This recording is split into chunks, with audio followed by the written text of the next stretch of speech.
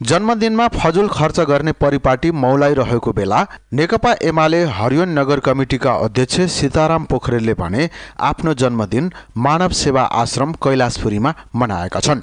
सर्लाहीमा मानव सेवा आश्रम स्थापना भएदेखि नै निरन्तर आश्रममै जन्मदिन मनाउँदै आएका मनकारी व्यक्तित्व पोखरेलले आफ्नो 60औं जन्मदिन पनि आश्रममै मनाएका हुन्। जन्मोत्सवको अवसरमा आयोजित कार्यक्रममा पोखरेलकी धर्मपत्नी तारा पोखरेलले स्वागत मन्तव्य राख्दै पोखरेलको पारिवारिक, राजनीतिक र सामाजिक जीवनको चर्चा गरेकी थिइन्। सीतारामजीलाई सुस्वास्थ्य दीर्घायुको कामना गर्दछु। उहाँ असल छोरो, असल श्रीमान हुनुहुन्छ र यो समाजको एउटा असल व्यक्तित्व पनि हुनुहुन्छ भन्ने मलाई लाग्छ। त्यस्तै प्रमुख अतिथि सर्लाही क्षेत्र नम्बर 3 का पूर्व सांसद हरिप्रसाद उप्रेतीले बेसहाराहरूको बीचमा बसेर जन्मदिन मनाउनु भनेको महँगा होटलमा बसेर खाएको भन्दा कयौं गुणा आनन्द प्राप्त हुने बताए। यस कारण महत्त्वपूर्ण छ, यसले समाजमा यस्तो सन्देश दिन्छ, हामीले हाम्रो हरेक क्रियाकलापले, हाम्रो हरेक पाइलाले, हाम्रा दिनचर्याका हरेक दिनका कार्यहरूले समाजलाई, राज्यलाई सहयोग पुगोस्, सघाओस्। त्यो क्रममा यो जन्मदिन मनाउने कुरो अत्यन्तै महत्त्वपूर्ण। मैले यो पहिल्यै त्यो ज्ञान ज्योति स्कुल रहेको ठाउँमा पनि मैले भनेको थिएँ कि प्रत्येक हामीले हाम्रो जन्मदिन र नगरपालिकाका कर्मचारी र जति पनि हरियोनमा रहेका कार्यालयका राष्ट्र सेवक कर्मचारीहरू, उहाँहरूले धेरै खर्चिलो जन्मदिन मनाउनुहुन्छ। त्यो जन्मदिन भन्दा आफ्नो जन्मदिनमा कोही सुख भन्ने कुरो देख्न नपाएको, सुखको अनुभूति जीवनमा गर्न नपाएको दिन दुखीहरू जो मानव सेवा आश्रममा हुनुहुन्छ, त्यो व्यक्तिहरूलाई एक दिन एकछिन भने पनि हँसाउनु, त्यो भन्दा जन्मदिन मनाएको ठुलो 5 स्टारमा सुनको थालीमा राखेर खाएको खानेकुरा, सुनको चम्चाले खाएको खानेकुरा भन्दा पनि अत्यन्तै महत्त्वपूर्ण हुन्छ।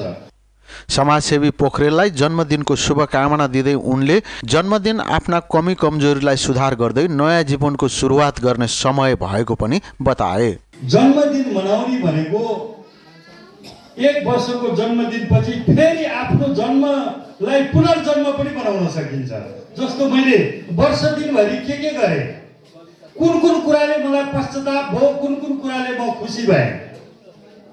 हामी त सधैँ सत्कर्म गरौँ, सधैँ अरूको निम्ति समर्पित भएर हिँडेका छौँ भने कुन कुराले अरूले भन्नु पर्दैन। काहीँ हाम्रो गल्ती कमजोरी भएको छ भने एकछिन पछि हामी घरमा रन्थनिएर बस्छौँ, मेरो गल्ती भयो भनेर। त्यो गल्तीलाई सच्याएर अनि जीवनलाई पुनर्जन्म गर्ने मौका पनि हो त्यो।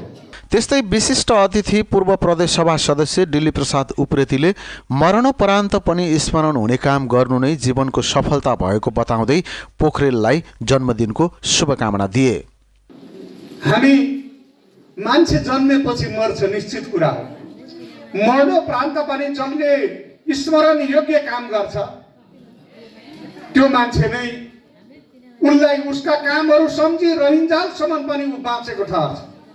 त्यसकारण मरणोपरान्त पनि सम्झन योग्य काम गर्नु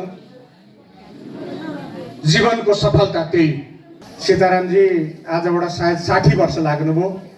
उहाँ कम्तीमा पनि स्वस्थ जिन्दगी 100 वर्ष उहाँको पुगोस्, शुभकामना दिन चाहन्छु। कार्यक्रममै हरियोन नगरपालिकाकी उपमेयर हरिमाया घलानले जन्मदिनमा फजुल खर्च नभई राम्रो काम गर्ने प्रेरणा मिलोस् भन्ने उद्देश्यले यसरी आश्रममा जन्मदिन मनाउनु अत्यन्तै सराहनीय कार्य भएको बताइन्। यस ठाउँमा चाहिँ यो एउटा बर्थडे मनाएर चाहिँ यो राम्रो सन्देश जाओस् भन्ने हेतुले चाहिँ उहाँले एउटा कार्यक्रम राख्नु भएको छ। यो चाहिँ अरूलाई पनि आफूले जस्तै जन्मदिन यसमा चाहिँ यस्तै कार्यक्रमहरू बर्गर हाउस जाने, बर्थडे मनाउने, कहाँ के गर्ने, एकदमै भव्य र सभ्यको रूपमा चाहिँ खर्च गरेर चाहिँ बर्थडे मनाउनु भन्दा यो हाम्रो जुम्दो भगवान एउटा मानव सेवा आश्रममा मनाउँदा चाहिँ राम्रो सन्देश होस् भनेर चाहिँ उहाँले कार्यक्रम राख्नुभएको छ। कार्यक्रममा नेकपा एमालेका नेता चुडामणि वाग्ले, कङ्ग्रेस नेता डाकुरनाथ खतिवडा, महिला नेत्रीहरू पद्मा मोक्तान, सञ्चिता घिमिरे लगायतले शुभकामना मन्तव्य राख्दै पोखरेललाई जन्मदिनको शुभकामना व्यक्त गरे। जन्मदिनको अवसरमा पोखरेलले आफ्ना श्रद्धेय गुरुको स्मरणमा गुरुआमालाई सम्मान गरे। त्यस्तै उनले आश्रममा सेवारत 2 जना भान्सेहरूलाई पनि सम्मान गरे। उनले एमाले क्षेत्र नम्बर 3 बाट प्रतिनिधि सभामा उम्मेदवार सिफारिस भएका प्रमुख अतिथि हरि उप्रेतीलाई पनि सम्मान गरे।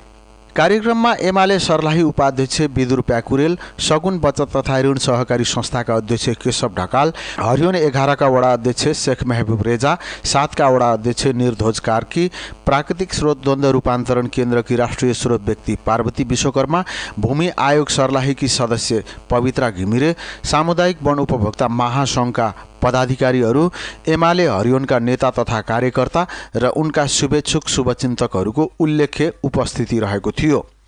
उनीहरूले पोखरेलको पारिवारिक, राजनीतिक र सामाजिक जीवनमा सफलता र सुस्वास्थ्य एवं दीर्घायुको कामना गरेका थिए।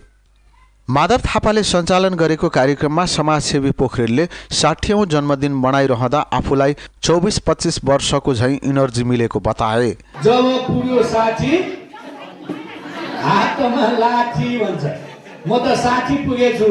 मेरो इनर्जी भनेको चाहिँ भर्खर म 24-25 वर्षको मात्रै भयो जस्तो लागिराखेको छ। आफ्नै छोरीको प्रेरणाले जन्मदिन मनाउन सुरु गरेको बताउँदै पोखरेलले आफूलाई जीवनको यात्रामा यो अवस्थासम्म ल्याइ पुर्याउने र समाज सेवामा प्रेरित गर्ने महानुभावहरूलाई सम्झिए। उनले आश्रममा आएर जन्मदिन मनाउँदा जिउँदा भगवानसँग भेट हुने, आश्रममा आइसकेपछि केही गरौँ भन्ने भावना समेत पलाउने भएकोले आफूले सधैँ आश्रममै आएर जन्मदिन मनाउने गरेको बताए। उनले जन्मदिनको अवसरमा विभिन्न जातका बिरुवा समेत बाँडेका थिए।